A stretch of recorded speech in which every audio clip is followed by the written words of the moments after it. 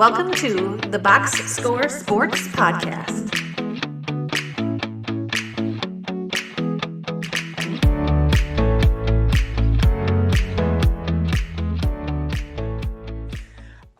Okay, let's do the NBA exit interview now for the New Jersey Nets. Don't forget to like and subscribe. Leave a comment down below. Let us know what you thought of their season and what you think they need to do this offseason. Clint, the Nets went 20 and 62. They were the third worst team in the NBA, and they ended up with the sixth overall pick. Give me a pro. I thought Michael Porter Jr., with being able to get him and acquiring an asset. I said New Jersey Nets. It's Brooklyn No, Nets. it's Brooklyn. Yeah, oh my goodness. The What a Brooklyn dummy. Nets of New Jersey. The Brooklyn Nets of New Jersey. What a dummy. Back in 2003, they were the New Jersey Nets. Man, it sounded like an idiot. Well, I'll tell you what happened though, real quick. So remember I said the Blazers got swept by the Thunder? And then you corrected me and I was like, oh, that's right. Why did I write it down wrong? Well, some Blazer fan during our video called me out. I'm like, I was corrected. I don't know why I wrote it down well. The Brooklyn Nets. Go ahead. Sorry. I still call them the New Jersey Nets sometimes too, because I still have the Jason Kidd, Vince Carter. Yeah. In my Kerry head. Kittles, yeah. I thought Michael Porter Jr. kind of rehabbed that value. He's still a health risk.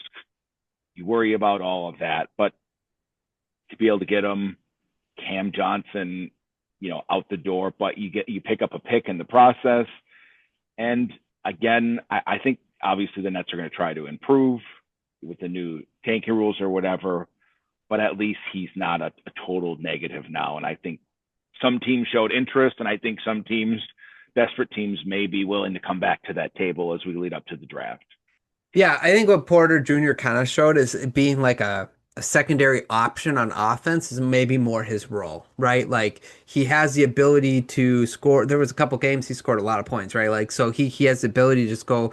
But where he was in Denver, where he's like the third option and he's basically a catch and shoot guy, it kind of diminishes what he's capable of on the offensive side of the ball. So I do think that he can be a secondary offensive option for either this team or a different team moving forward. So I agree with you. I really liked what I saw from him.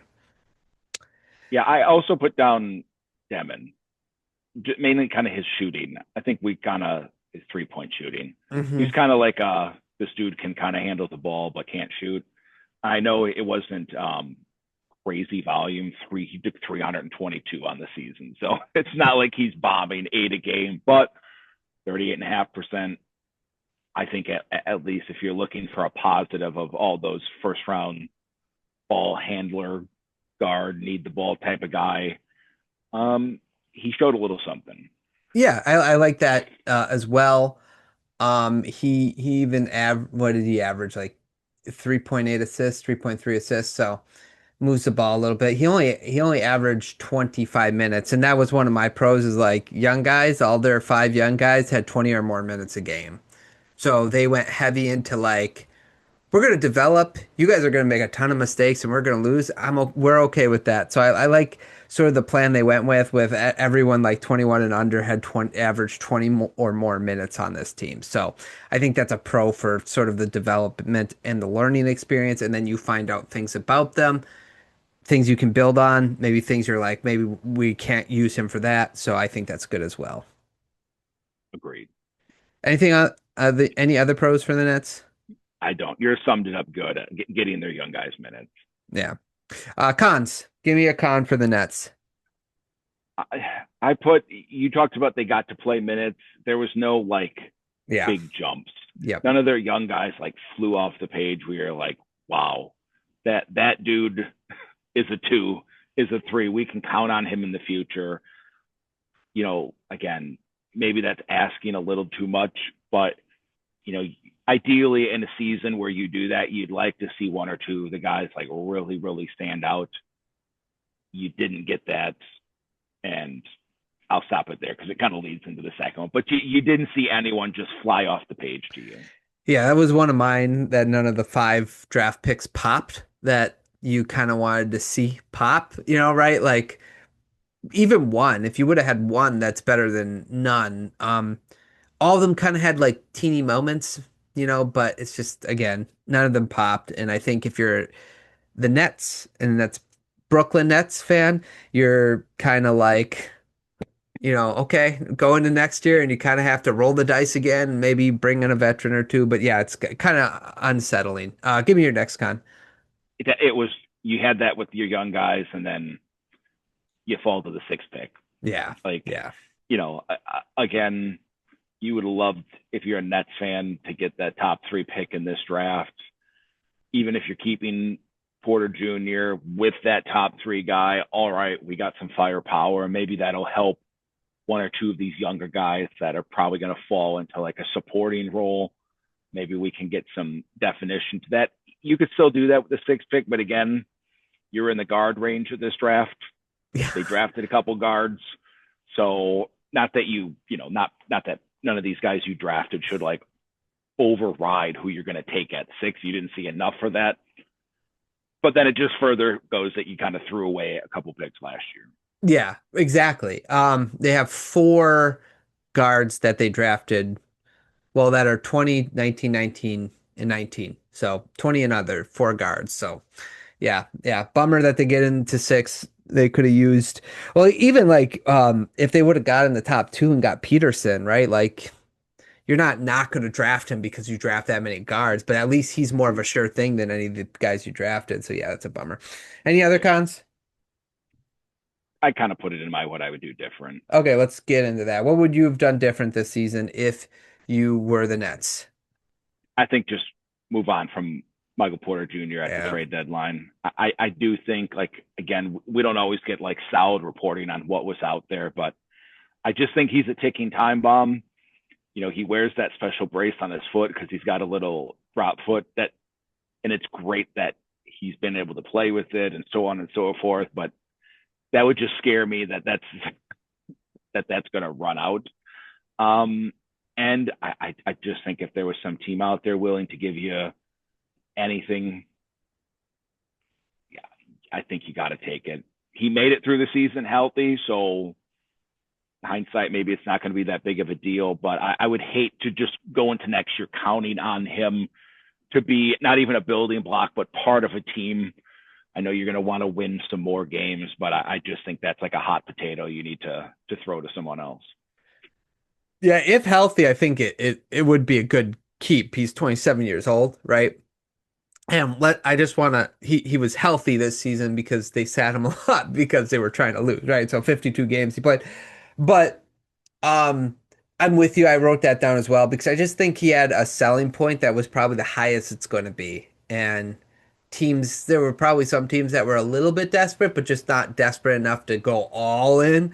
And you should have probably took the advantage of the desperate teams and what they were willing to offer. Um, if there was something offered, but that's what I would have done differently as well.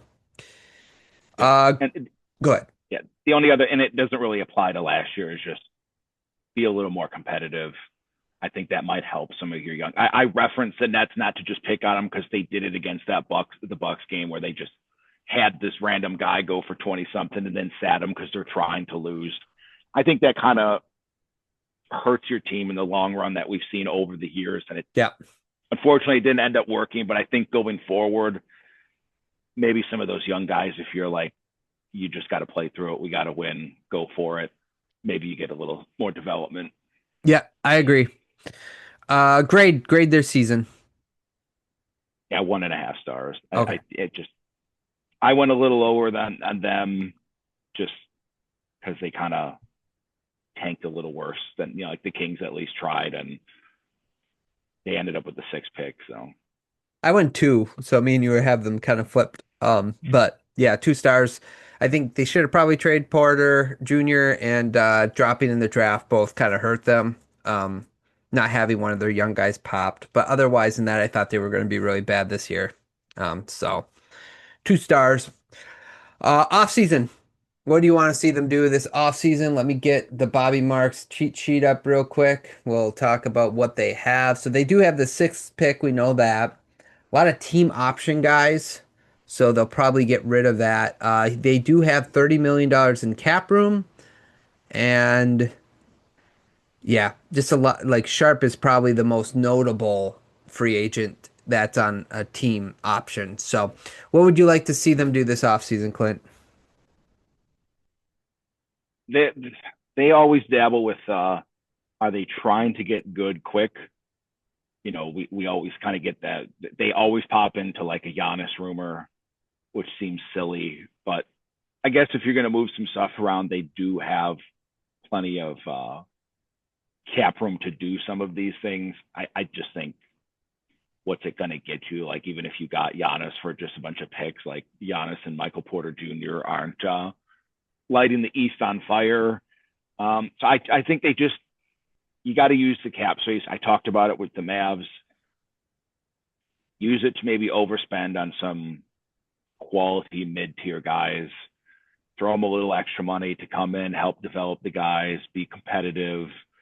That's probably your approach. Like, take the best guy at 6 or move down to 7, whatever, pick up some assets, do something. They're kind of stuck in no man's land. And I would hate for them to just really try to kind of go in all in for something because you're in the East. Just it's going to be a little bit. Yeah, I think yeah, they gotta temper that urge.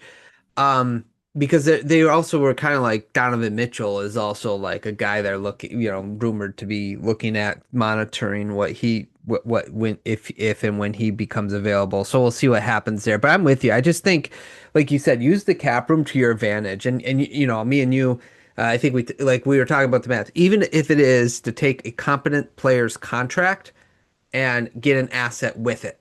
That might be, overspending. Like I think was it this team we were talking about with Philadelphia with like Embiid? Like I don't, or was that the Kings? It might have been the Kings actually that we were talking about when we were doing Philadelphia. But if you could like just take bad contracts and get first round picks, but the players are still competent because competent players have bad contracts. Um, you can still help your young guys develop with veteran players and get assets to help build for the future or pile up to when your team is just good enough, then you can make that all-in move for a Giannis type of player or a Mitchell type of player. For sure. Long shot. Them and the Kings are like, we're doing them back to back. And I think for the Kings, we said, like, hey, trade one of those guys to move up a pick. If you're the Nets, if nothing else is working, take one of those guys and move back a pick. Right.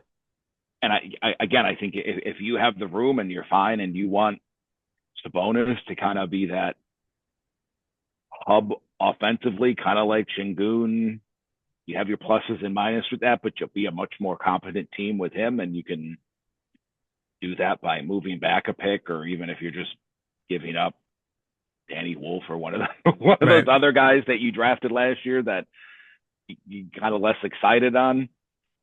I think that's probably a simple way you think these two teams could get together and work that out to benefit both, one getting out of the apron and one they got a little money to spend to make themselves more competent. That's what I would do. I by no means would I like trade the farm in the future for Giannis and hope to sign some other guy to bring in with him. Yeah, I agree. I think that's the right way to go. In fact, I would say like go get Sabonis. Like he will help you be more competent. You're not winning a title with Sabonis, but your team's going to win more than 20 games, and his contract is up after next year. So he has 2 more years this year and the next year. You're not paying a bunch of people, going after free agents. You're not paying your rookies. You're not, so it's not like going to hurt your cap in a way where it's crippling. And by the time you're ready to pay people, his contract will be up. So I think that would be kind of a mutually beneficial trade, but with the Kings and Nets, Kings to move up a spot, get off of Sabonis, and then the Nets kind of get a competent guy that they can help, him and Michael Porter Jr. can be better together. You know what I'm saying? So yeah, I like that one. But yeah, we'll see. Anything else on the Nets? Nope. Going to be a while, guys. Just a couple of these teams. Unfortunately, the Nets are one of them, but hopefully they can just be competitive and maybe in the new lottery system, if they can be the 5th worst team, finally get some luck. Yeah, hopefully. Yeah, that's the other thing. Can they get in the top three? Like, my goodness. Last time they were though, they drafted Marvin Bagley, so it's yeah. Okay. like, subscribe, leave a comment down below. Let us know what you would do if you were the Kings this offseason.